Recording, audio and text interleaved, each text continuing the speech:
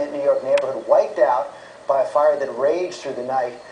ABC's Elizabeth Vargas is on the scene this morning, and boy, Elizabeth, it is so hard to see the ruins of that community.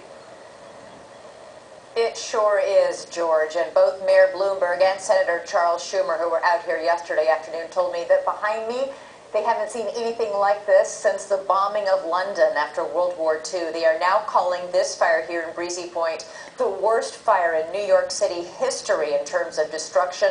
111 homes were scorched, burned to a rubble behind me, all packed into these tight-knit square neighborhoods here. People here in this neighborhood were ready for Hurricane Sandy, for the ferocious winds and the torrential rain.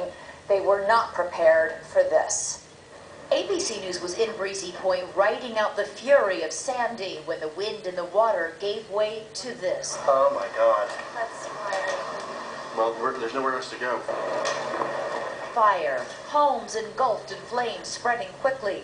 Producers Katura Gray and Jim DeBrill trapped inside Mary LaPera's home. Breezy, please. It's destroyed, it feels like. It's like the apocalypse.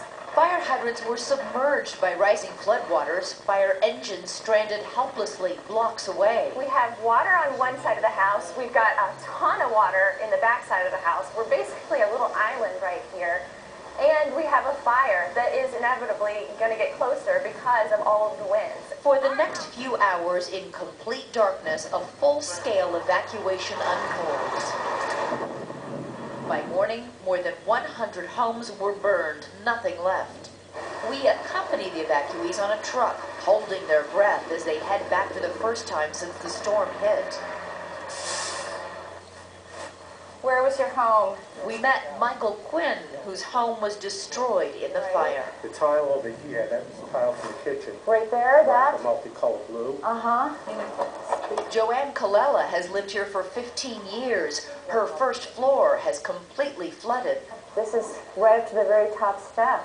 I feel totally devastated. I haven't seen anything like this in my career.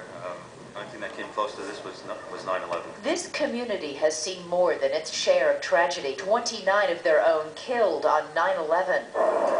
But this morning, once again, they vow they will pick up the pieces, battered, as they say here, but not broken.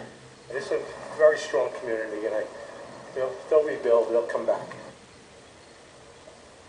So many people who live here are New York City firefighters and first responders, people who have done so much to help so many over so much time, were helpless to save their own homes as they burned down on Monday night. There are still pockets of smoldering fire in all of this wreckage behind me. Just a few moments ago, a fire engine was just pulled up over here, wading again through floodwaters, trying to put out some of those fires.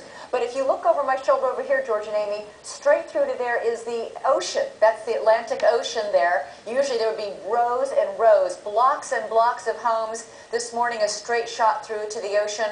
People vowed to come back here, but looking at this destruction, it's hard to believe that's going to happen anytime soon, George and Amy. They're going to need a lot of help up here, Elizabeth. Thanks very much. Landscape has been changed completely.